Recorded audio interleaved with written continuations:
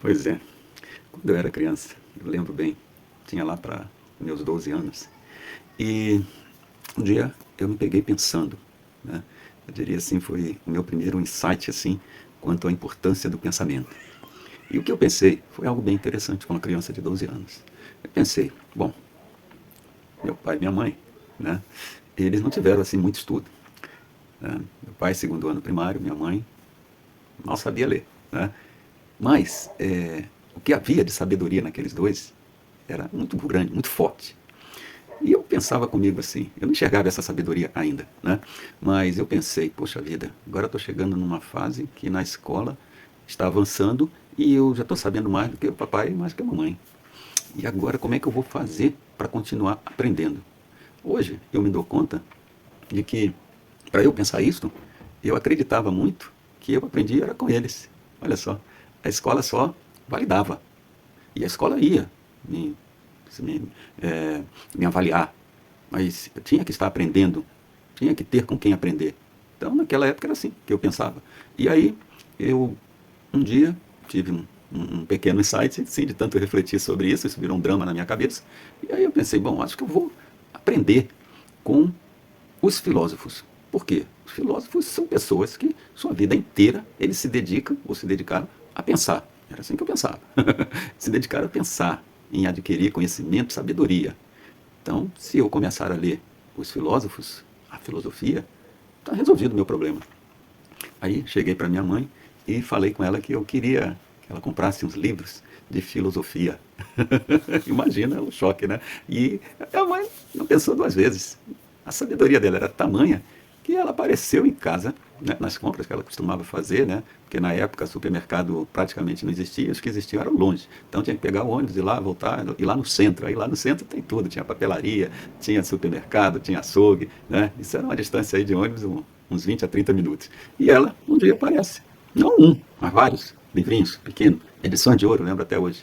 E ali trazia, né, Francis Bacon, Platão, Sócrates, uns livrinhos pequenininhos, né, assim, meio de bolso, né, um pouquinho maior que isso aí, com umas letras graúdas, né, e eu comecei a ler aquilo ali. E aí, a partir do momento que eu começava a ler, eu ia vendo o grau de complexidade. Intuitivamente, eu entendia que eu deveria continuar lendo, lendo, até conseguir compreender alguma coisa.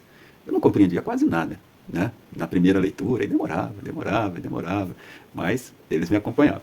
Esse hábito eu tenho até hoje. Né? Então, tem um livro que você pega ele e vai degustando aos poucos, né? Até entender de fato cada pedaço que você se propôs a ler. Então, eu fazia isso. Bom, passando um pouquinho, dando um salto aí no tempo, um dia eu estava assistindo um vídeo e, se eu não me engano, era o professor Lai Ribeiro. E o Lai Ribeiro revelou que houve com ele algo similar, parecido, né? Sim, forçando muito, dá para ver que parece um pouco. Só que o Lai Ribeiro, ele encontrou como a tábua de salvação, né, para ampliar os horizontes e abrir mais, né, suas perspectivas, estudar os prêmios Nobéis. Aí eu falei, poxa vida, pensei que era só eu que tinha essa loucura, ou que foi, pensou assim quando era criança. Mas aí eu vi que ele falou com muita propriedade do quanto estudar os prêmios Nobel o inspirou a construir a carreira que ele construiu. E eu diria que estudando lá, os meus filósofos também me ajudou bastante. Tanto que, a partir dessas leituras, eu diria que eu construí um, um arcabouço, né, de saberes que é com eles que eu vivo a vida. E eles não têm fim, né? Eu espero um dia conseguir alcançar aquele nível em que cessem as perguntas, né? Eu não ter mais uma necessidade de aprender nada, porque eu já encontrei aquilo que é tido como a maior das sabedorias, que é encontrar a si mesmo. Então, diferente de outros vídeos que eu tenho feito, e eu tenho vídeos assim publicados voltados para a educação, conselho escolar, para a arte, e eu jogo tudo aqui nesse canal, né? E esse canal ele me permite fazer isso, né? E aí, dessa vez, eu acordei hoje cedo, faz poucos minutos, quase uma hora, e aí recebi, né, uma alegria enorme, né? Meu filho Eduardo está lá em Brasília, labutando lá, fotógrafo, jornalista, e ele mandou uma foto dele lá no meio de um evento, no meio de um evento lá que envolve os políticos federais, estaduais, tudo, ele de terno, todo bonitão lá. E o Eduardo tem uma história linda para contar, não vou dar spoiler aqui, mas o dia que eles pensarem em contar, vocês vão cair para trás de tantas coisas grandiosas que esse rapaz já viveu e está ainda construindo, né? E aí ele mostrou aquela foto, eu fiquei muito alegre, muito feliz, né? De ver ele lá, de terno, barbudinho, com a foto dele, coisa e tal, agindo, né? Com a potência de agir em plenitude, fantástico. E aí não demorou muito, eu cliquei sem querer aqui e já caiu no YouTube, já caiu em alguém falando de Spinoza. Não deu nem tempo de eu saber quem é que está por trás da publicação. Parece que é uma daquelas publicações assim que vem construída com IA, né?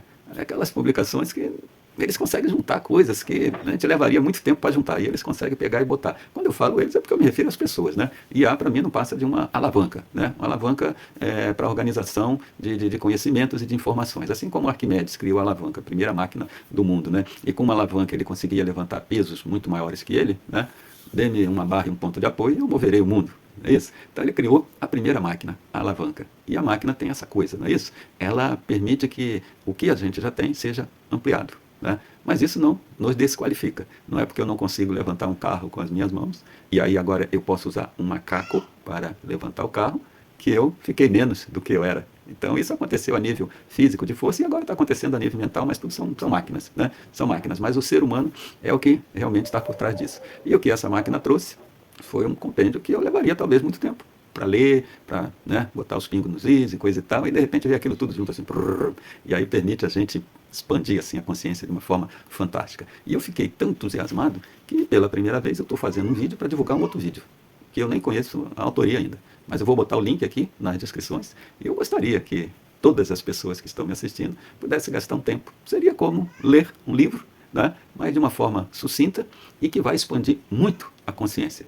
E é lógico, como é da área da filosofia, me encantou mais ainda, porque é sobre Spinoza. Então, o pensamento de Spinoza, é claro que ali temos um fragmento, mas é um fragmento que serve de colunas. E essas colunas, elas permitem que você se apoie. E eu tenho certeza que essas colunas, elas vão te levar a uma altura superior à que você já está. E também vai fazer com que o seu olhar se amplie mais do que já está.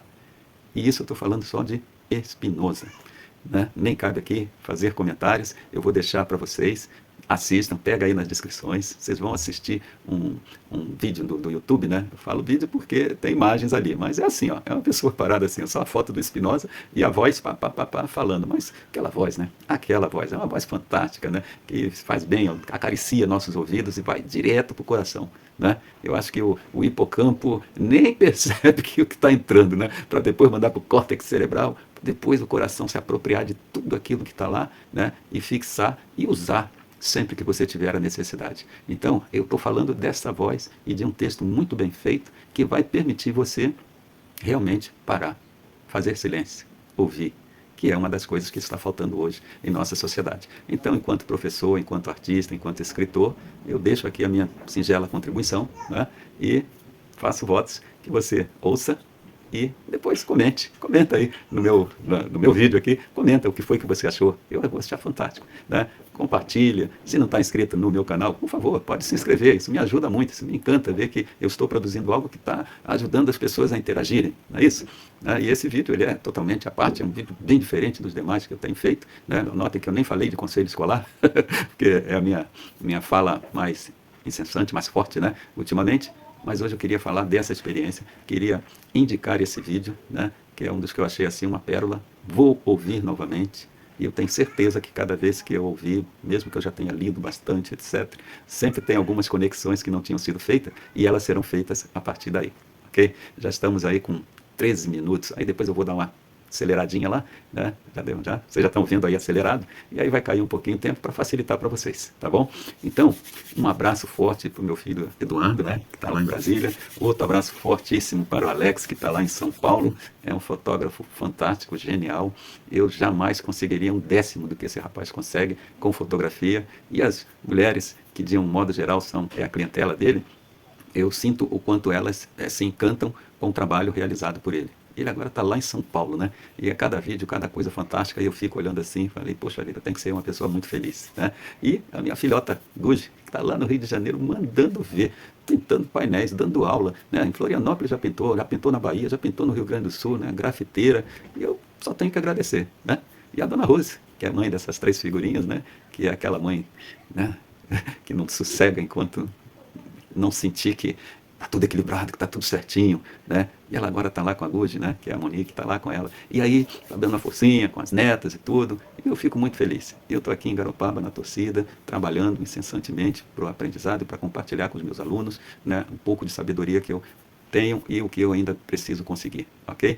Então, deixo aí para quem está me ouvindo um forte abraço, um vídeo recomendado, e eu acredito que você vai fazer valer esses momentos que você ficou aqui me ouvindo. Não sou eu quem vou fazer isso, vai ser você.